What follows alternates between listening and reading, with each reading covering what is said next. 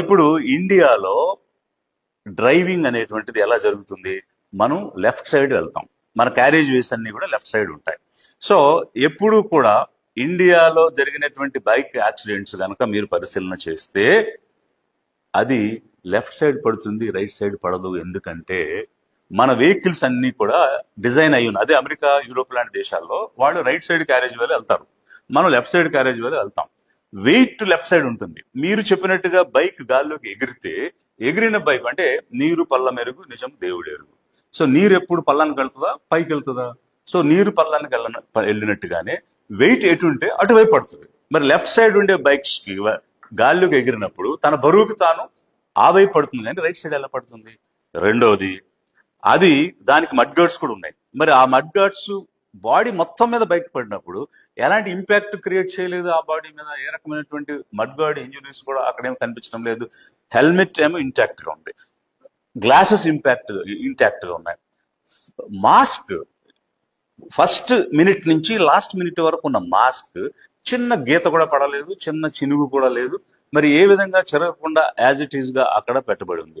మీరేమంటారు? బొక్కబారులుగా పడ్డారు, బైక్ ఎగిరి మీద పడి. మరి బొక్కబారులుగా పడి ముఖానికి గాయాలైతే మరి ఇప్పుడు వెల్లకెల్లా ఉన్నాడు కదా, వెల్లకెల్లా ఉన్న వ్యక్తి మీద బైక్ ఎట్లా వచ్చి పడింది? ఈ ఈ ఈ రకమైనటువంటి స్టడీస్ ఏవి కూడా, ఇంపాక్ట్ స్టడీస్ ఏమి మనం చేయలేదు. ఇప్పుడు మనం ఫిజిక్స్ కానీ అరిథమెటిక్స్ కానీ చదువుకున్నటువంటి వాళ్ళందరికీ కూడా ఈ అంశాల మీద అవగాహన ఉంటుంది. అంటే బీకామ్ ఫిజిక్స్ కాదు, ప్రాపర్ ఫిజిక్స్ చదివినటువంటి వాళ్ళకి. సో దానిలో ఏం చెప్తుందంటే మనకి టైమ్, డిస్టెన్స్, వెలాసిటీ వీటన్నిటితో పాటు కొలిజన్, ఇంపాక్ట్ పారామీటర్స్ అనేటువంటి అంశాలు మనకు క్లియర్ గా అర్థమవుతాయి. ఇప్పుడు ఇది కనుక ఒకసారి మీరు చూస్తే there is N angle of impact.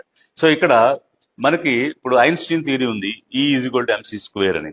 అలాగే ఇప్పుడు రూదర్ఫర్డ్స్ స్కాటరింగ్ అనేటువంటిది మనకి జనరల్ గా న్యూక్లియర్ ఫిజిక్స్ లోను, అలాగే మెకానిక్స్ లోను, క్లాసికల్ మెకానిక్స్ లోను చెప్పేటువంటి అంశం ఇది. సో దీని ప్రకారంగా ఏ విధంగా అంటే ఇక్కడ రెండు రకాల హెడ్ ఆన్ కొల్యూజనా లేకపోతే ఒక ఆబ్జెక్ట్ ని కొల్యూజనా? ఇక్కడ హెడ్ ఆన్ కొల్యూజన్ లేదు, వెళ్ళి ఒక ఆబ్జెక్ట్ ని కొల్యూడ్ అవ్వడం జరిగింది.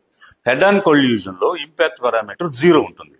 బట్ ఇక్కడ హెడ్ ఆన్ కొల్యూజన్ కాదు కాబట్టి ఇంపాక్ట్ పారామీటర్ 0 కంటే ఎక్కువ ఉంటుంది. మరి దాన్ని ఏ విధంగా మీరు సైంటిఫిక్ గా అనలైజ్ చేశారనేది ఒక అంశం అయితే, ఇక్కడ క్లియర్ గా ఏం చెప్తుందంటే the perpendicular distance between the path of a object, example car కానీ, అలాగే the centre of target another vehicle కానీ, అనదర్ ఆబ్జెక్ట్ కానీ, at the point of closest approach is the key parameter for understanding the dynamics of the collision. So collision ని అర్థం చేసుకోవడానికి key parameter అది ఉంటుంది. Its value అంటే the parameter value